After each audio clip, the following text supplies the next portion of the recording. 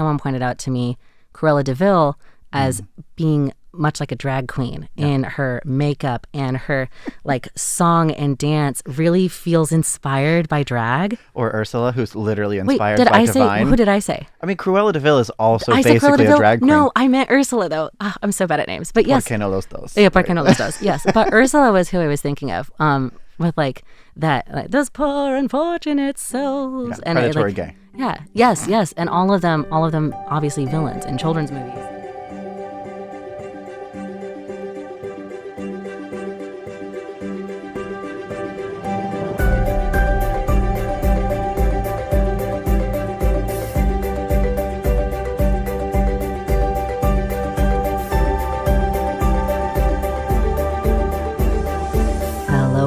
Welcome to Tales of Our Times. This is a show where we discuss the stories that move us, what makes them so meaningful, and why others could or should find meaning in them as well. This is not a spoiler-free show, so bear that in mind as you continue to listen. We talk about books, movies, comics, and more. Where there's a story, there's a reason to read. But as you've probably seen by the title, this is not a regular Tales episode today. We're doing another Takes episode to prepare for our next theme in June, which will be a theme all about Pride Month celebrations. During that theme, we're going to be listening to a bunch of people from our colorful LGBTQ plus community around the world and our own listenership present stories in which they felt very personally represented. But to get ready for that, I wanted to invite somebody into the studio to talk with me about why representation in media is so important and what are some problems that still persist in representations for people from our LGBTQ community. So here with me today, I've invited back my friend, Kyle Swayne, who works as an English teacher, a literature teacher, and often discusses these sort of things in his classes. He's also very well read on the subject of gender and how it affects the media that we consume today. So, Kyle, welcome back to the show.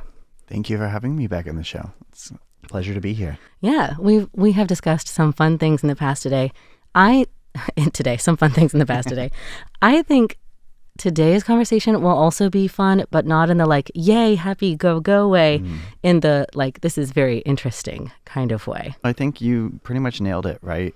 In the community, oftentimes there are a lot of portrayals or lack of portrayals for queer characters. I'm going to use the word queer, like a reclaimed term, right? As an sort of like umbrella term. a catch-all umbrella, yeah. So that way we don't have to spell it out every single time. The entire alphabet.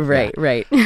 So there's a lot of tropes in literature and film and TV especially that, you know, they can be positive, they can be negative, they can be neutral, or they can be used in different ways, but they are recurrent and a lot of them are quite negative. Yeah, I was going to say, unfortunately, well, we've discussed tropes in the past as like kind of being a shorthand to convey a lot of information to readers, and tropes by themselves are not a bad thing. No.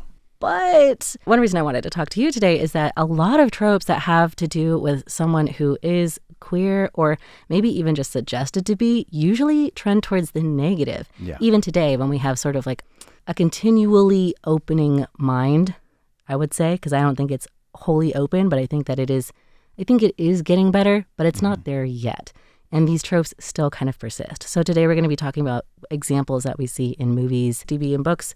So it's still not a spoiler-free episode, but yeah, that's fine. Far from a spoiler-free episode. We're going to be really breaking lot. into a lot of, we're going to try to tear into a lot of media. So before we get started on exactly what are some tropes, can you maybe describe why do you think that there is this pervasive, forgive me for saying theme, in media that presents so many negative tropes towards like queer or other presenting people? Well, it's a historical thing. It's always been there, right? In the 18th century, they had indecency laws that basically did not permit people to show anything relating to gay characters. And this is like mostly pulling from a European background, or is this like a global thing? Well, this is a global thing, but there were also like subsets of societies that had different gender ideals, right? You had in India, there were people that had different gender expression that they didn't have in England, and they thought it as like perversive. They had similar like gender roles, men with a sort of a feminine role in New Zealand and like Maori cultures. And then you have always like the really obvious example that people give, which is the Two-Spirit in certain Native American groups. Yeah, I confess that's the first place my mind goes to as well. Yeah. And so like there is gender and the representation of gender across many different cultures, which is kind of why I got really interested in it, because with the LGBTQ, the T and the Q generally are getting dropped now, especially with a lot of political movements. People are afraid of gender, and they use gender as like this objectification, seeing it as an other, putting it on the fringes of society and attacking it and using it in a weaponized way to attack people who are just trying to live their lives, right? They find commonly, isn't that always the case? They find the worst examples of people attacking someone on the internet in a Reddit chat room or whatever, or thinking that, oh, you're attacking my general reality, right? Like, I know what gender is supposed to be, and you are going out of your way to try to topple this sort of system. I've been reading Judith Butler recently. They are an author who, back in the 1990s, created this sort of ideal about what gender is. Now, can I ask a question? When you said created this ideal, do you mean like as an example or sort of as a study of society? Well, Judith Butler is a professor at Berkeley, and back in the day, they were trying to figure out what gender meant. And so theirs is more of like a philosophical theory or like principle that they are testing. Yeah. And it basically claims that gender is performative. Not to say that it is a performance, but in that you are creating gender and everyone is creating gender in a certain way. By saying it and doing it, it becomes a reality. It, in a way, is created through the act of expressing gender. One of the ways that I explain this is that when a judge sentences someone to 20 years in prison, or they say, I now pronounce you man and wife, you have this reality created, but it's also being said, right? The judge pronounces someone man and wife, and then they become man and wife. Right, but there's nothing like inherent, like the world at large and nature and the laws of physics do not recognize you as inherently different. That's sort of an invented reality that we made, like a pact. Kind of, in a way, right? But yeah, so a lot of people criticized Judith Butler because they feel that Judith Butler was basically attacking the rigid societal norms of gender. And this is kind of back to what a lot of people know, like, oh, gender norms. Why does a woman have to do this? Why does a man have to do this? Right. Right? Like, they're one of those people who really put that in motion, saying, well, yeah, we define things as a society by the way we act and the way that we create the reality. Like, would a basic example of that be, you know, girls like pink and boys like blue? Yeah. Like, that's not decided by the children necessarily. That's decided by the people who are around them.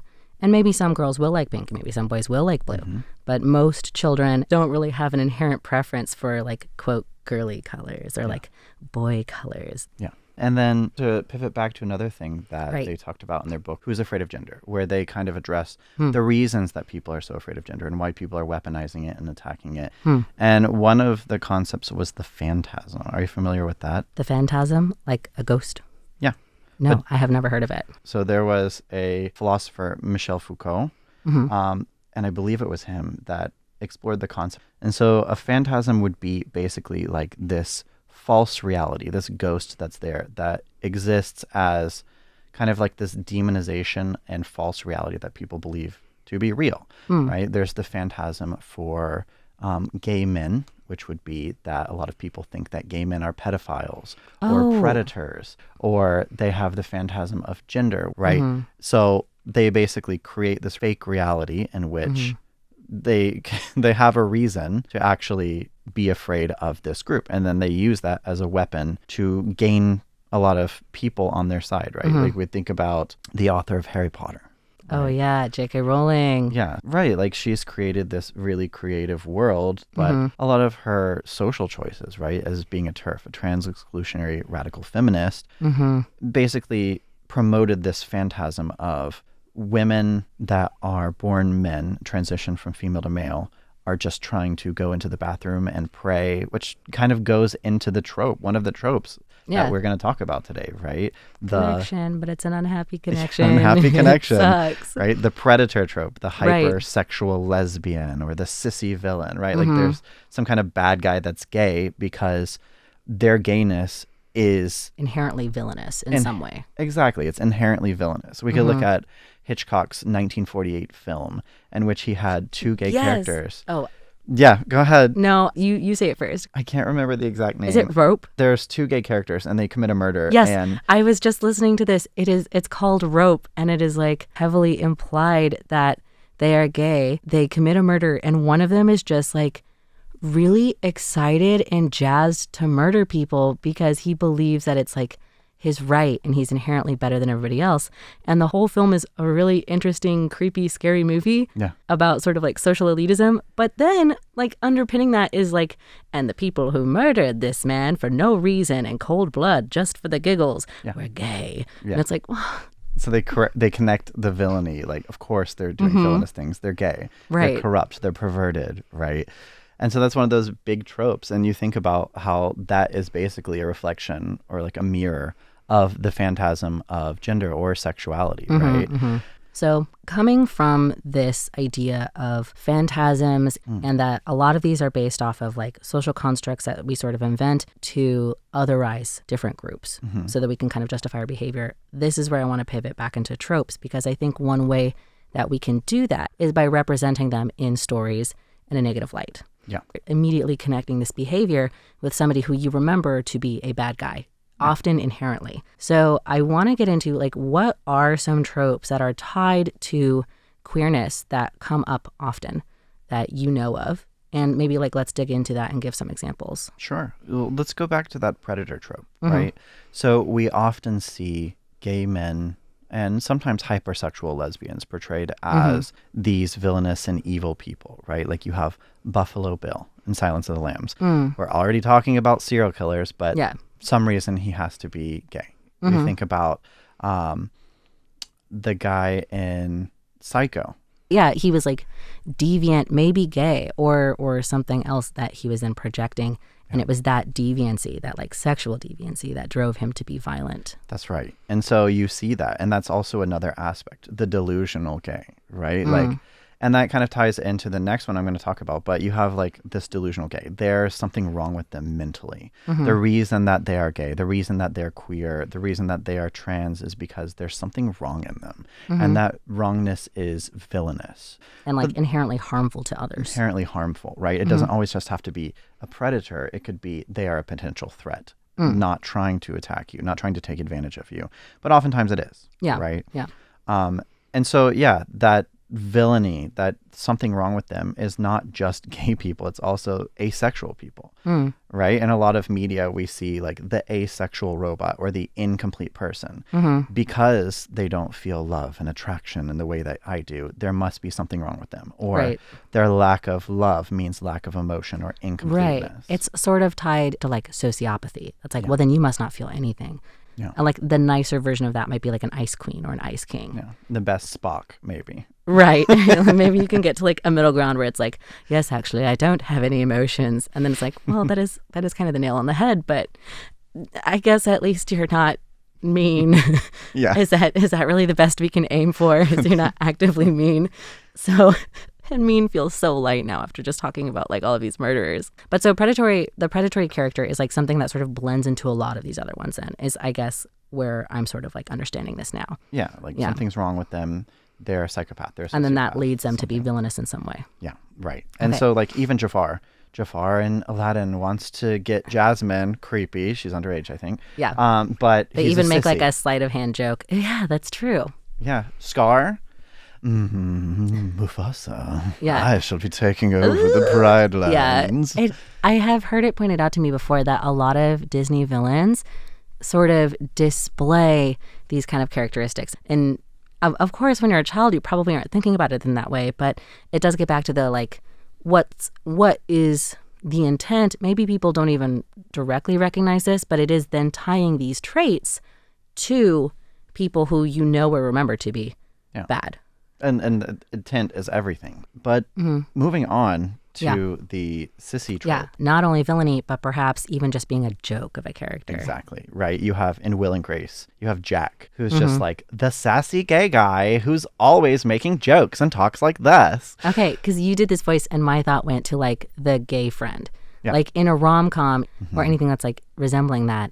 It's like you have your token gay friend who talks like this in this very exaggerated manner and then is often making dirty jokes or encouraging you to do something like foolish, like you should go for it, girl, and lock him down, like get pregnant. The sassy, fun, warm body that's there to like fill the void, the space when their husband's not there. Yeah. Or like, so you could think like Damien in Mean Girls. That sort of character slot of like, you're safe because you can't possibly be a threat. You're not a threat. You're just a joke. Even if you wanted to be, you couldn't be a threat. Can't take them seriously. And you also have like everyone in the movie Tu Wong Fu. It's a good film. Don't get me wrong, I enjoy it, but also I think Priscilla Queen of the Desert is better because they have more realistic queer characters. Right. Well, I mean, I want to zone in on that for a second because I think that is also something that is worth mentioning is like, while we pick apart these tropes, I think it's important to address because a lot of times these tropes are something that can sour like a really good movie or a really good film. And like just because they exist doesn't mean that the film or novel or anything else lacks value. But it's something, as we said with other tropes, that is like worth investigating as to like, why was this picked? Why was this used? Seeing how that is reflected in the story and how other characters react to that. And then do you see that reflected in your own behavior or in the world around you? Well, right. The way it's reflected is like everything, right? So there's many different ways you could view this. You could view this in the fact that a lot of times the gay characters are just miserable. And it's not about their life. So they just become an object, a lesson instead of, or a cautionary tale. You have to really have a conversation. And it's hard to have a conversation. Right. It's stressing and so taxing to have a conversation with people about what gender actually is and the reality of this, because it's one of those things that like any genocide, any sort of attack on large groups of people, they find justifications, right? I'm doing it for the greater good. This is the othering thing. Yeah, right? You like, other those people, which is sad because then it just conditions you to be dehumanizing towards other people. And this was used for a really long time in America with Black communities. It's being used currently with the conflict in the Middle East, right? So now, unfortunately, we are out of time. And I think this is definitely a conversation that we have to continue another time because there's so much to get into. And the positive too. Yeah, and the positive too. To that. And so that is something that I think we're definitely going to hopefully see as we move on through the rest of June. One reason I wanted to have this conversation with you was to also sort of like display why it's also important then to highlight these stories that really meaningfully capture somebody's experience, even if that story is not explicitly gay, because that's sort of the point is like all of these stories can resonate with anybody. It's not a phantasmagorical gay agenda. We're just there. This is from Judith Butler. They said, gender is not something that one is. It is something one does, an act, a doing rather than a being. I want to close out by asking you this question, and this is going to be my like cold open question. Sure. If you could change one thing about queer representation in media today, what would that be? Make less suicide, because it is one of the darkest things and it inspires people to commit suicide. And it just makes that person a lesson, and it just perpetuates the misery that a lot of people already feel. And if you are consistently fed the idea of kill yourself, then it becomes more likely you will. People are people and they need to feel seen. So let them see positive. Is there anything in media representation today that like gives you hope that things are changing? Yeah. With TV shows like Heartstopper, right? They have representation for all these groups of people. They have asexual, they have trans, they have bisexual, gay, all of this. And it doesn't even just have to be largely focused on that. You could even just have the intersectionality of Black culture with queer culture. For instance, the new Doctor in Doctor Who. So just having that representation and people wanting to support that is just really powerful. Hearing other people's voices, not just their own. Yeah. Well, Kyle, thank you so much for coming back into the studio and having this very informative discussion with me. I learned a lot, and I think that it has also been very informative for a lot of listeners out there to sort of like paint these stories that we're going to hear in the coming weeks in a much more nuanced light. Right. Thank you for having me. And thank you to all you listeners out there. This has been Tales of Our Time on Radio Taiwan International. We're going to be starting our Pride Month theme for the month of June, where we're listening to people from our colorful LGBTQ plus community and the stories that really made them feel seen. I'm really looking forward to it, and I hope that you are as well. And as always, we'll see you next time.